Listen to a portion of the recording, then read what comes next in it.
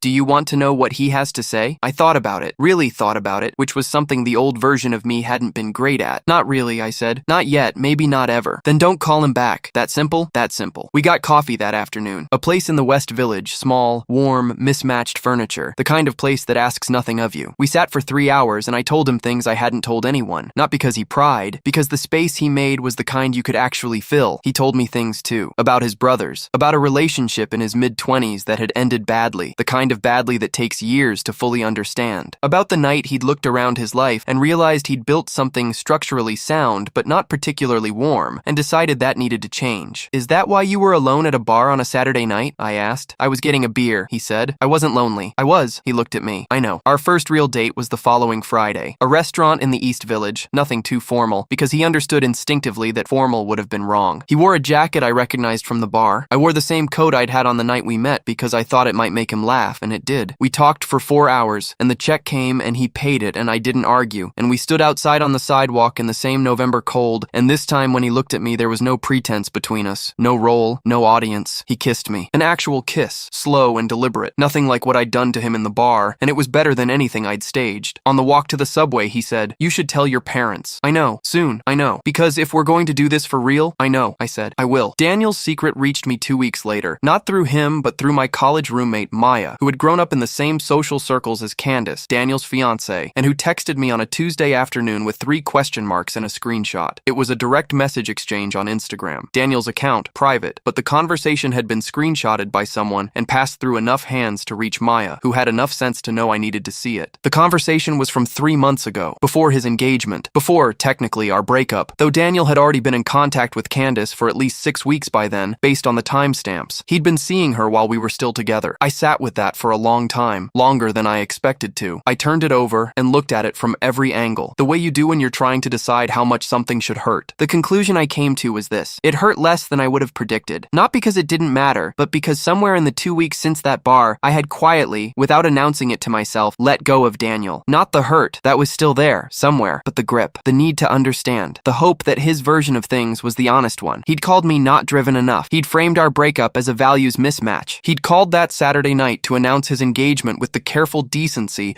of a man who wanted credit for doing the right thing. None of it had been honest. That was what Saturday's text had been about. Something about tonight. He'd seen me at the restaurant, or someone who knew him had seen me with Ethan, with my parents, sitting at a table that looked from the outside like a real and functioning life, and he'd panicked, not because he cared about me, because he'd wanted the narrative to be his. He'd wanted to be the one who moved on. I showed Ethan the screenshots over coffee that Thursday. He read them, looked up at me. "Are you okay?" "Strangely, yes," I said. "Is that weird?" "No," he said. "It makes complete sense. I called Daniel that night. He answered on the first ring, which told me he'd been waiting. You saw it, he said. I did. A pause. Sophia, I can explain. You don't have to. My voice was steady. I'd spent the afternoon finding that steadiness, and I was glad it held. I understand what happened. I just want you to know that I know. That's all. I should have told you the truth. Yes, I'm sorry. I know you are. I let a beat pass. Don't call me again, Daniel. I hung up. I sat in my kitchen in the quiet and waited to feel something large and devastating. What I felt instead was light. Genuinely, physically lighter. I told my parents the truth in December. All of it. Not over the phone. In person, at the same restaurant, Ottavio corner table, which I'd booked specifically because I thought returning to the scene of the lie was the least I owed them. Ethan offered to come. I said no. This part was mine. I told them about the breakup, the 2 months of silence, the panicked lie, the stranger I'd recruited at a bar. I told them everything in order, clearly, without softening it, because they deserved the real version after 2 years of the curated one. My mother was very still for a long time. My father asked one question. Is he actually as decent as he seemed that night? More, I said. He nodded. Then invite him to Christmas. My mother started crying then, not dramatically, just quietly, in the way she cried at things she hadn't expected. She reached across the table and covered my hand with hers. I wish you'd told us sooner, she said. We aren't, Sophia, we aren't looking for Daniel. We're looking for you. We just want you to be all right. I thought about all the months I'd spent managing their expectations, shaping what I told them, performing the version of myself they found easiest to love. I know, I said. I'm sorry. Don't be sorry, she said. Just don't do that again. Ethan came to Christmas. He drove to Westfield with me on a Thursday morning, a 6-pack of craft beer for my father, and a book on urban planning for my mother that he'd found in a secondhand shop, and wrapped himself, badly, in paper that didn't quite cover the corners. My father shook his hand again. My mother hugged him first. We spent 3 days in my childhood home. He slept in the guest room. We stayed up too late playing chess with my father, who beat him twice and lost once with visible displeasure. On Christmas morning, he sat at the kitchen table in a borrowed robe while my mother made congee, and they talked about the documentary again, the one they'd discussed at Ottavio, and he'd actually watched it in the intervening weeks and had thoughts. I stood in the doorway of that kitchen and watched the two of them talk, and felt something so clear and solid it almost surprised me. This is real. This is what real feels like. The months after that were steady in a way I hadn't had in a long time. Not dramatic, not cinematic, just consistent. Ethan was there, regularly and without fanfare. We had our arguments. He was meticulous about things that I found excessive. I was inconsistent about things he found anxiety-inducing. We figured out, slowly and imperfectly, how to be in the same space. In March, my freelance studio landed its first real contract, a brand identity project for a small hospitality group, the kind of work I'd been building toward for 3 years. I called Ethan before I called my parents. He picked up and I told him, and he said congratulations in the tone people use when they aren't surprised, when they'd been expecting the outcome and are just pleased to see it arrive. My parents called to celebrate. My mother, who had spent 2 years keeping her concerns about my career just below the surface, said, I'm proud of you. Without qualifiers, without the careful addition of, but we always knew you could do more. Just proud of you, said plainly. I held the phone for a moment after we hung up. It's a small thing. It was such a small thing, but it was the thing I'd been waiting for longer than I'd realized. In April, Ethan took me back to the bar on West 46th Street. He didn't tell me where we were going until we were standing outside. Here? I said. I wanted to start over somewhere real, he said. We went in, ordered at the same spot, his beer, my wine. He'd talked to the bartender ahead of time, I found out later. Not for anything elaborate, just to hold 2 seats at the end. We sat down, and he turned to face me, and I realized he was nervous in a way I'd never seen him nervous before. He reached into his jacket pocket. I've thought a lot about what I want to say, he said, but I think the truest version is this. You kissed me without asking, and I could have walked away, and I've been grateful every single day since then that I didn't. The box was small. The ring inside it was simple. A thin gold band with a single stone. Nothing excessive, nothing that didn't look like him. Sophia Chen, he said, I was your fake boyfriend for a night. I'd really like to be your real husband for the rest of my life. I didn't cry. I laughed, which is what I do when something hits the exact place it's meant to hit. That's extremely weird, I said, given how we met. Extremely weird, he said. But also, kind of perfect, I finished. We are married now. Not in a grand venue. Nothing that required a year of planning. A small ceremony in Westfield, the backyard of my parents' house on a Saturday in October. My mother cried. My father gave a toast that lasted 11 minutes and ended with something about load-bearing structures and the importance of choosing the right foundation, which was the most James Chen thing anyone has ever said. Ethan stood across from me under a rented arch covered in white flowers in the yard I grew up in and said the words clearly and without a single moment of hesitation. My maid of honor, Maya, the one who'd sent the screenshots, the one who'd been in my corner before I'd even known I needed someone there, leaned over during the reception and said, I cannot believe a random guy from a bar turned out to be the one. Neither can I told her, but that's not quite true. Because standing there in my parents' backyard, watching Ethan laugh with my father about something chess-related, watching watching my mother show him something on her phone and him leaning over to look at it with genuine interest, I understood something I hadn't been able to see from inside the mess of those 2 months. I hadn't been reckless that night, not really. I had been desperate, yes, cornered, absolutely. But the choice I'd made, to grab a stranger's face and ask him to hold a door open for me, just briefly, just long enough, was also the most honest thing I'd done in years. It was me acting on instinct without consulting anyone's expectations, without performing, without calculating how it would look from the outside. I picked Ethan because something in me already knew what to look for. I just hadn't had the language for it yet. Daniel called me not driven enough. He meant it as a verdict, as the explanation for why I didn't fit into the life he was building. What he missed, what he fundamentally misunderstood, was that I had been building the whole time. I just wasn't building for him. The studio is doing well. We're a team of 4 now, small but deliberate. I work from home most days, at the desk in the room we've made into an office, in the apartment in Chelsea with the terrible shower and the roof you can access on clear nights. Ethan showed me that roof on a night in February, 3 months before he proposed. We sat up there with our jackets on, and he pointed out the constellations he knew, which were 3, and made up names for the ones he didn't, which were many, and I laughed until my face hurt and thought, this is it. This is exactly it. There are nights I still think about the girl who stood in a bar on West 46th Street, terrified and cornered and out of options, and made the most absurd choice available to her. I want to tell her, it worked out. Not the lie. The lie was a disaster, and you should have told the truth months before any of this happened, and you know that. But the instinct underneath it, the reaching for something real in the only way you knew how, that part worked out just fine. I kissed a complete stranger at a bar. He stayed. He kept staying every day with the same steadiness he'd shown the night he stuck out his hand and introduced himself to 2 people who scared him, in a situation he hadn't chosen, because I asked him to hold a door. Some doors, it turns out, you don't have to walk through alone. Some of them, you find someone standing on the other side.